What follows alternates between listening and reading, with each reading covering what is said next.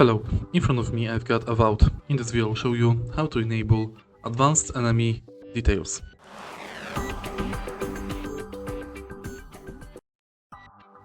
To show advanced enemy details, let's go to settings of the game, enter game window, UI, and find show advanced enemy details. Switch it between on and off. This function toggles the visibility of iconography for enemies, immunities, resistance, and weaknesses in their vitals. When off, these icons will only appear when viewing enemy vitals through the radial menu. When on, these icons will always appear on enemy vitals. If you find this video helpful, please leave like, comment, and subscribe.